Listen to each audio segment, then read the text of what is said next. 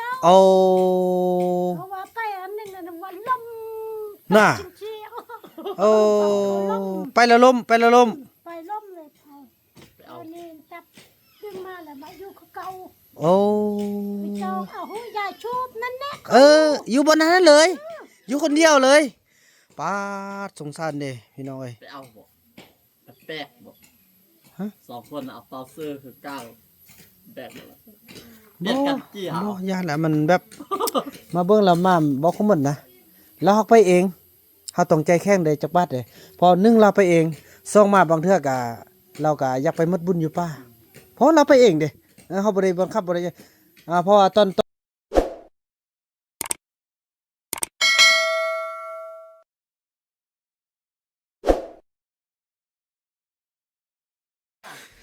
สบายดีสบายดีท่านผู้ชมป้าเธออันนี้เป็นเอ้ยพาเด้ไม่ไหน มันเพิ่มเอื้อยค่อยว่ามัน เอ้ยพา ใช่ เป็นเสยเด้อสบายดีกินข้าวแล้ว บ่บ่ได้กินข้าวนะมาจากคน มาสองคน มาพูดได้เด้ โอ้ยมาผัวกับเมียมา อ๋อได้ยังมาเด้ ได้ยัง ได้ยังมาเอาเข้าว มาเอาเข้า เข้าวยังบ่ หนัง โอเคแล้วเป็นสระอันนั่นเด้อีนู่นเด้ เอาอีนุ่นเนาะลูกชาวอีมุกกับอีนุ่นไปบันเตินนี้เอาไปเฮ็ดปลา โอ้ไปพุ่นสินะบ้าน ไป เถอะ ห้วยชนะนะ แล้วบ่เห็นสร้างเด้เด้อ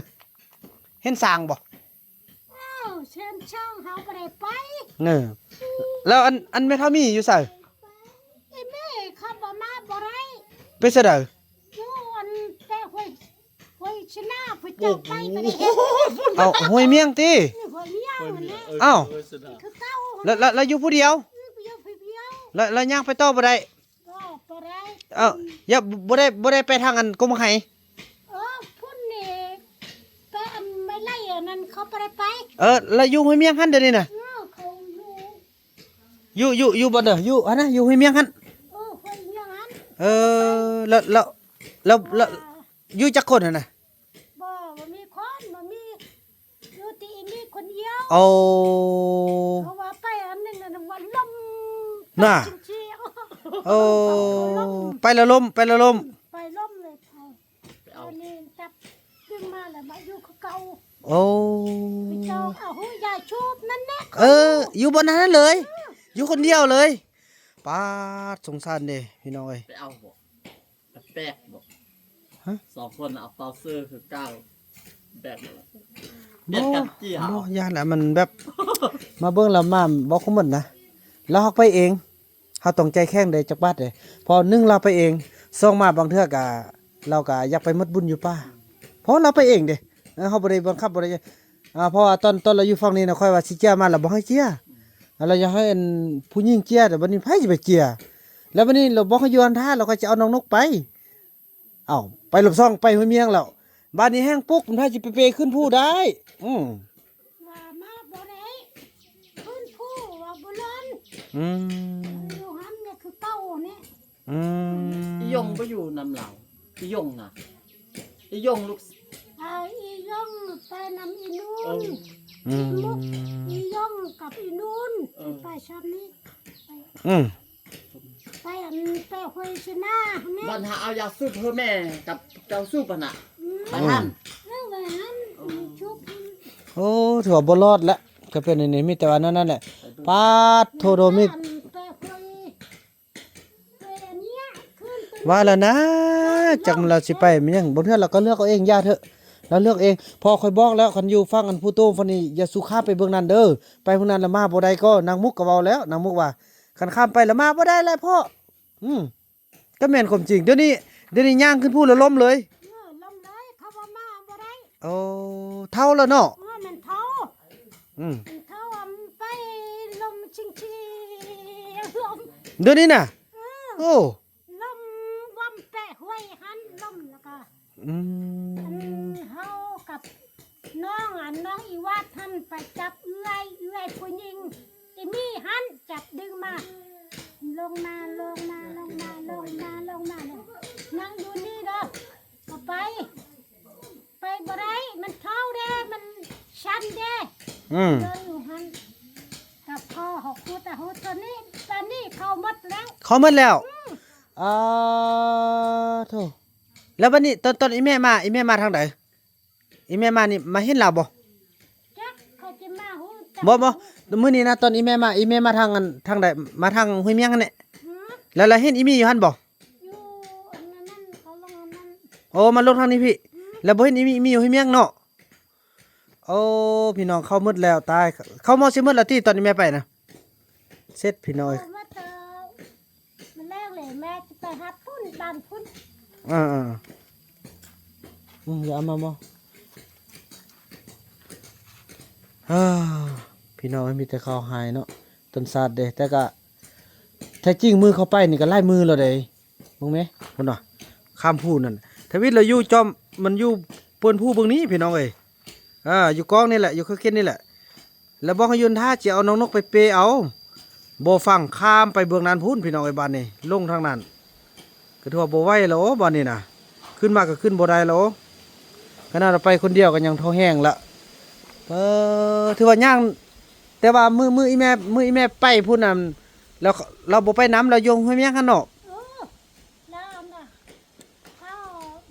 าได้นี่ได้นั่นเขากลับได้เลยอีนี่อยู่หัน